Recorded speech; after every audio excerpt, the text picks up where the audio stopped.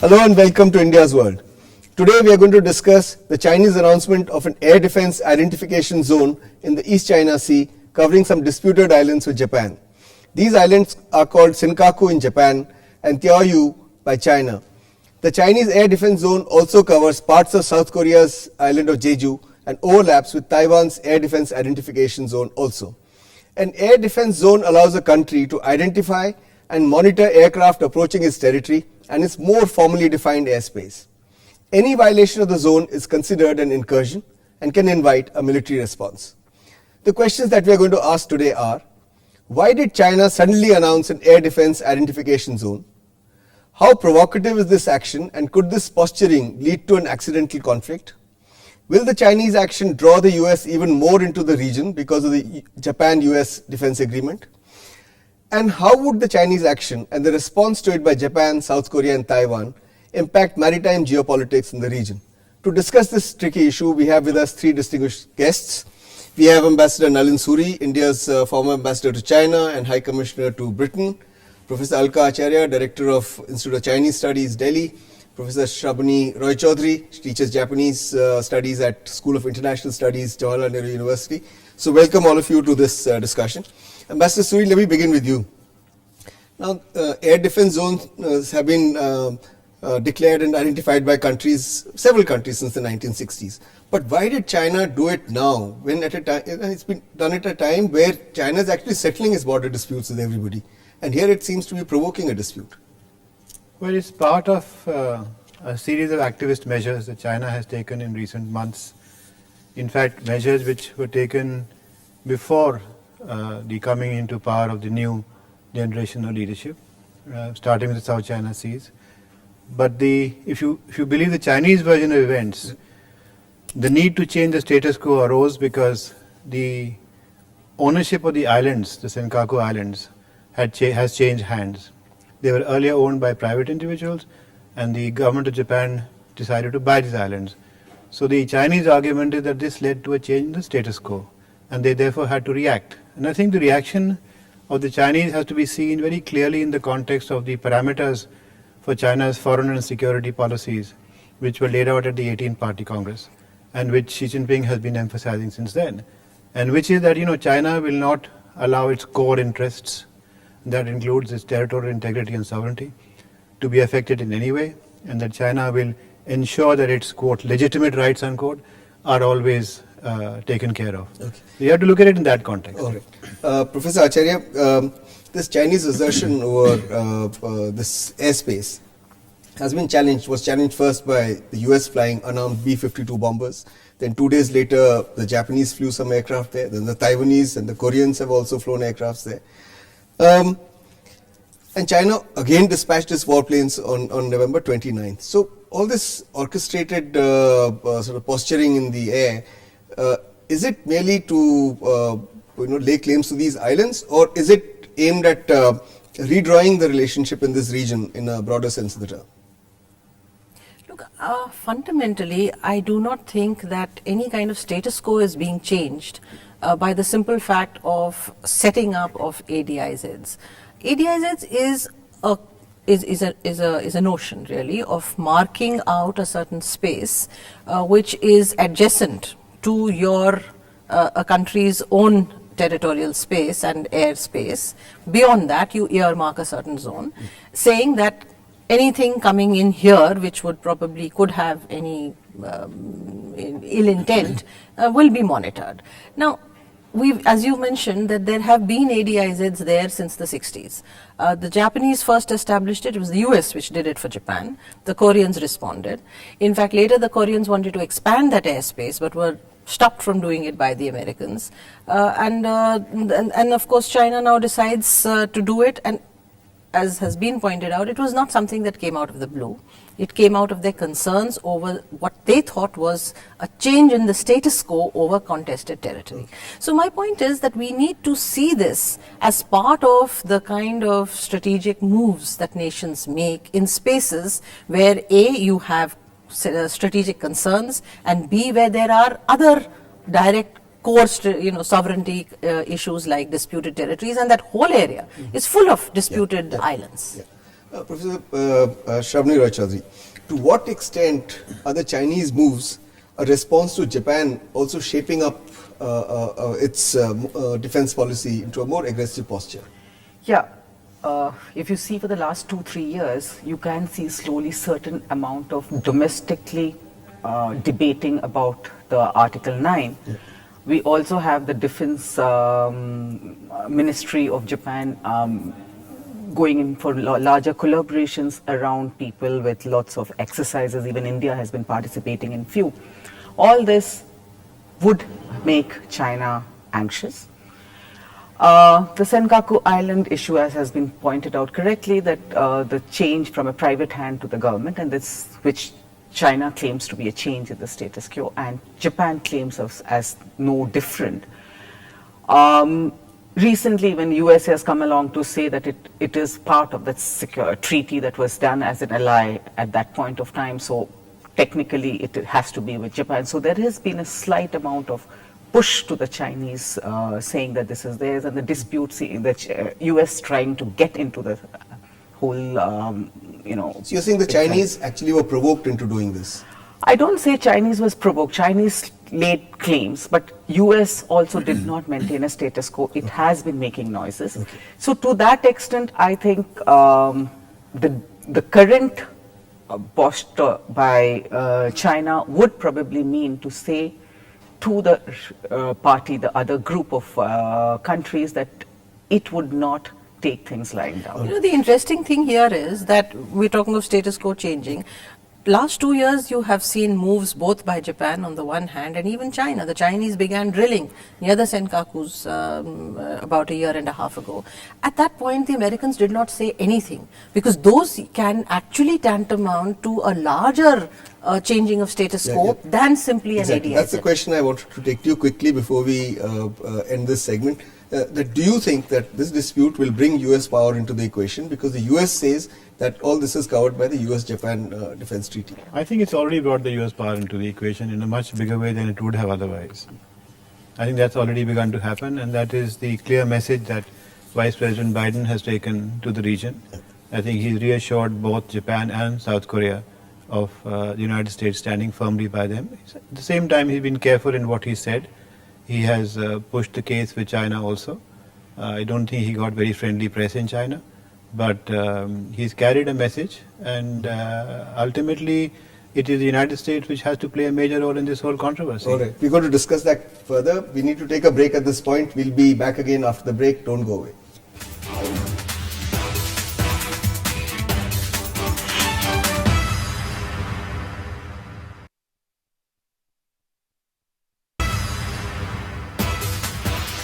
Welcome back. We're discussing the consequences of China declaring an air defense identification zone in the East China Sea.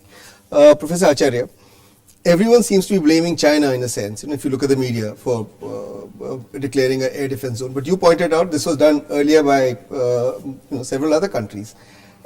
Japan established air defense zone in 1969, has repeatedly extended its scope. This June it extended it 22 kilometers westwards. It lies now 130 kilometers off the Chinese mainland at its closest point. This goes beyond the currently disputed area, overlaps with Taiwan's air defense zone. How come nobody has objected to these things? So, and China's air defense zone actually doesn't go beyond international norms at all. See, that's the point. I mean, what is interesting is the huge noise that has been made, and frankly, this noise was led by the United States. If you see, the strongest statements, the loudest noises have come from the United States, and it is the US which has actually played a monitoring role as far as these ADIZs are concerned, controlling Korea, allowing Japan to expand. The Chinese have been, now, the question is really why now? Why have the Chinese done it now? Is it that they have suddenly part of their assertiveness that they are showing? Or, as the Chinese maintain, that it is the consequence of what they perceive an attempt by Japan to change the status quo? So the question is, have the Chinese responded to what they are seeing as attempts by Japan to change the status quo, or by declaring the ADIZ they are changing the status quo?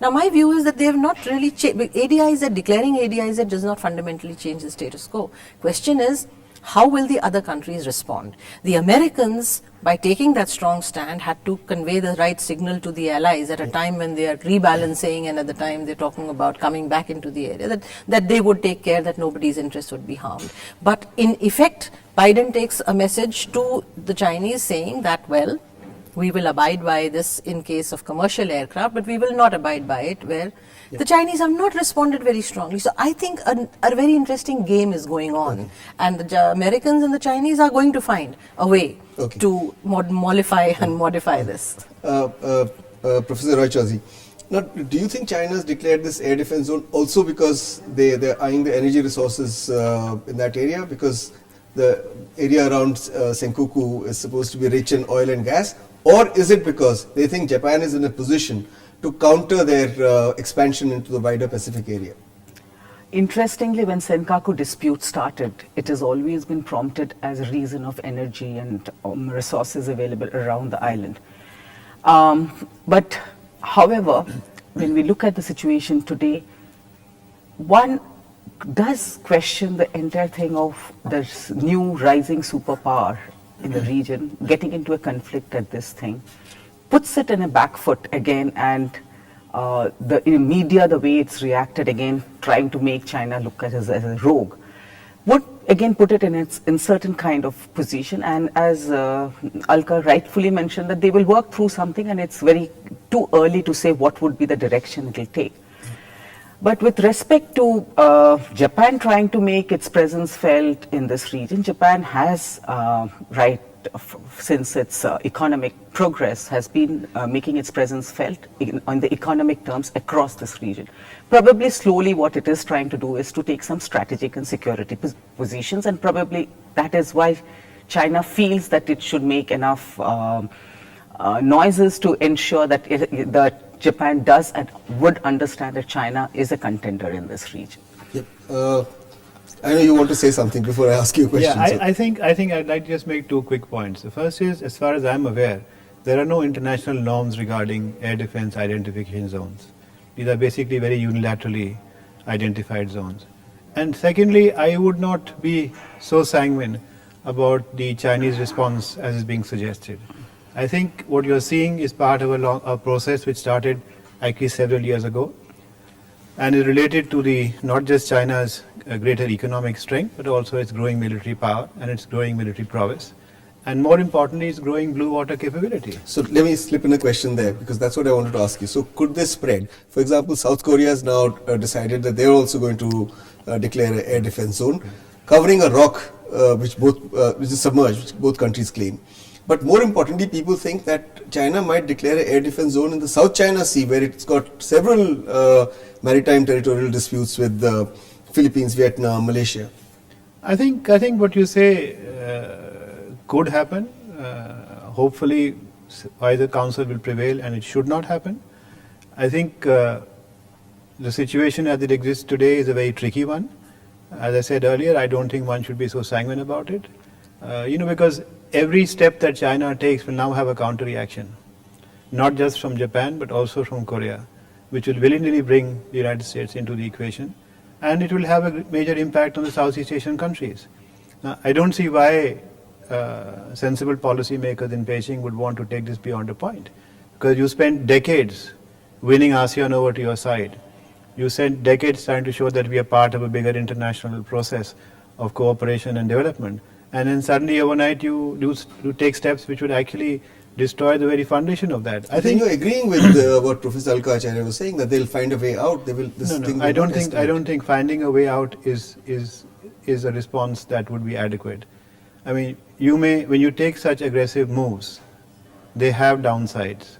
Finding a way out only means that you found a compromise.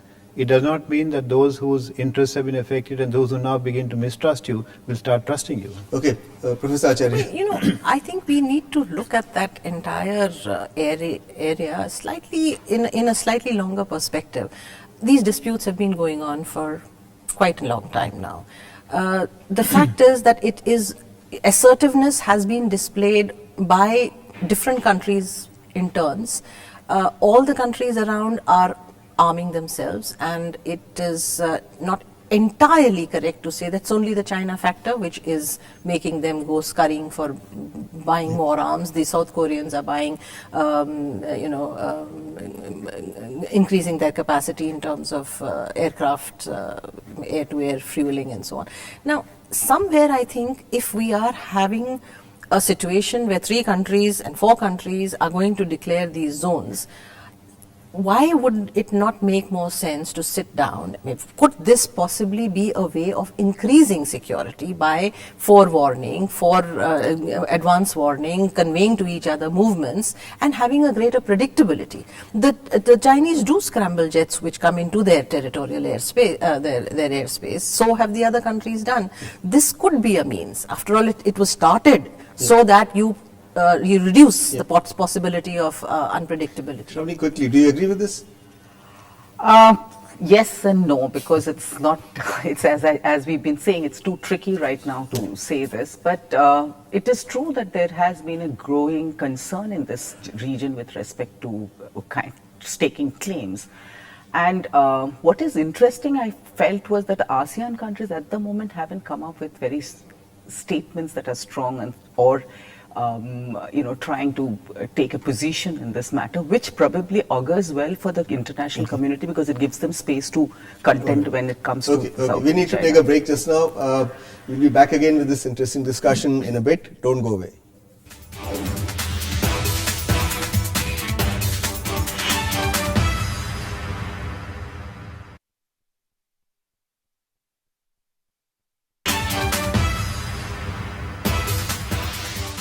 Welcome back. We are discussing the consequences of China declaring an air defense zone in East China Sea. Master Surie, do you think that Beijing actually is not testing Japan so much as it is testing the US responses in the Western Pacific, and its major aim really is to reshape the maritime geopolitics of the region, and it wants to test various players and see how they will react? I think you're right in the way you projected this. As I said to you at the very beginning, I think ultimately the arbiter in many ways is going to be the United States, not in sense of taking a decision on what will happen, but in terms of its own credibility in the region. After all, it has treaty alliances with some countries. It is bound to come to their defense. And if it is seen not to be coming to their defense, I think its credibility will suffer. And the implication of its pivot will then be taken perhaps less strongly than otherwise by countries in the region. But I think you have to look at the bigger picture. There is no doubt that the geopolitical situation in the East China Sea area and South China Sea area is changing. And there is certainly an effort by more than one country to find space there. But if the Chinese push very hard, it could have serious implications for the way Japan looks at its own security. As Professor Choudhury said, Article 9 is being debated extensively in Japan, and not today. It's being debated now for the last 5 or 6 years. Article 9 is to from being defensive armed forces. Actually, Article 9 renounces war. Renounces war. So no, it's more than simply being converting yourself from JSDF to an army. It's more a question of, theoretically you can go back and take the nuclear option, and then where do you stop? Okay, Professor Acharya, so do you think that the defiance of the Chinese air defense zone by US, by Japan, by South Korea is actually going to serve as a reminder to the Chinese of American security relationships in these areas, as Master Surie is pointing out? Look, I think we need to start with the fact that the Chinese declaration has certainly brought about, as you have pointed out right in this question, that is going to trigger off a kind of a jostling for the way in which geopolitics is going to unfold. The Chinese have certainly announced their intention not to let the ongoing kind of moves by other countries affect its core national interests. And one way they seek to protect is by also employing this notion of a air defense identification zone. See, somewhere the US and China are also engaged in a very interesting tussle, because the US, by virtue of its treaty obligations to Japan particularly and to the other allies, has to come in, because if you notice over the last 2-3 years particularly, the Japanese have been rather... But the Chinese would have known that, wouldn't they? Before doing this, they would have known that they would come in. Exactly. No, my point is that the Japanese were unhappy with what they thought were the Americans' lack of, real solid support. So it's going to be a test for not just US-Japan relations, but also the way in which Japan, Korea, China and the US are going to now evolve some kind of a mechanism. So let me give a perverse argument to use that this is good for Japan and good for Japan-US relations, because if Japanese were in doubt earlier, now the US will have to come out and declare its friendship and security relationship with them. Do you agree? While it's true that one would assume that Japan would feel happy with US having to is being pushed to come up in more open and more transparent fashion to support them. On the rebound, I feel for Japan it gives them a real good cause to ask itself whether it can become a normal state and not be a pacifist state. And I feel here with Prime Minister Shinzo Abe, who anyway advocated this for a long time, it gives him a good stand domestically to think beyond. Considering the people of Japan for a long time on case or opinion polls have constantly shown less than 50% people who approve of going all out and becoming a normal state. So I feel in a sense it is actually going to be working in favor of Japan to become more of a seek militarization. So Ambassador Surie, here's a case of where increasing military tension is a win-win situation, it seems, both for China and for Japan. No, I don't. But could it develop, my most serious question is, could it develop accidentally into a military clash, or do you think it will be a Cold War situation where there'll be a lot of dancing around and posturing? This is, if I could answer that question and give you an answer which turns out to be true, I mean, I think I would be a great forecaster, but I think there are several options over here, and I hope that better sense prevails, because there is no military solution to this issue. But we have to bear in mind that you now have a new power in the bloc, a power which wants to be recognized as such, a power which wants to be seen as top dog in Asia. At the same time, you have Japan, which itself has considered to be the top dog in Asia till now. You also have the United States, which considers itself to a major Asia-Pacific power. And you have a situation where if you keep expanding these air defense zones, I mean, theoretically tomorrow the Chinese could announce an air defense zone over Taiwan. After all, they claim Taiwan also. I mean, that's part of Chinese territory. So what happens then? So I think better sense has to prevail over here. Assertiveness is fine. But in the process of being assertive, if you lose the long-term war and you may win a few short-term battles, I think you need to think about it. It is, as I said at the beginning, a very tricky situation. And I hope wiser counsel prevails in all capitals, and a face-saving solution is found that people are able to withdraw without losing face. Do you think there will be a military clash, accidental clash? No, I don't foresee either the Chinese backing out of this or a clash, because I think the purpose of this identification zone is that you induce greater predictability.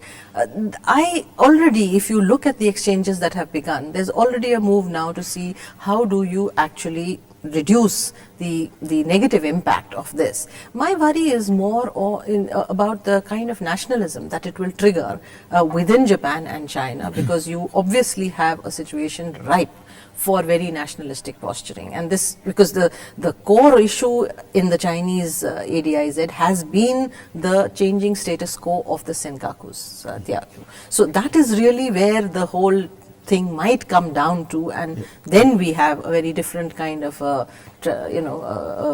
momentum getting up. Yeah. So quickly, do you agree with this? And then I have a quick question for all of you. In a sense, yes. I also worry about the nationalism factor that would creep into. So nationalism is not good. Japan becoming a normal state is not good for Japan. No, it's not good for Japan, but it is rather something, a country which idealized as a pacifist country, which the world looked upon as a different nation, and which in spite of a pacifism had a certain amount of say in the international community. Why should, instead of aspiring to be a country like that, the country moving back to and a situation which it had not been very responsibly handled in the past, there would always be more fears. Not nationalism in the sense of normal country. I mean nationalism which would bring the two countries to take more strident postures vis-a-vis each other. In one sentence each, please tell me what should be India's view of this. After all, we are also a player in this region, or at least aspire to be players in this region. I think it is best that India keeps its counsel to itself for the moment. We do not need to take a position on this. After all, we have had disputes pertaining to our territory, which other countries do not take positions on. So why should we have to take a Okay, position? Alka? No, I think we should be of we should take the stand that if there are international norms in this regard, They should be followed. then they should be followed. Srabani? I think I'll second hers that yes, international norms should be followed, but in this particular seat, I think India, it's better that India keeps its. But there are no international norms. That's the whole All point. right, so India should keep quiet let's not on talk about international this issue. And I'd like to thank all my guests for coming and analyzing this tricky situation for us. I hope this situation gets resolved. If not, we'll have you again here if it escalates into a conflict. But that's all we have for you today. We'll be back again next week with another interesting issue. Till then, goodbye.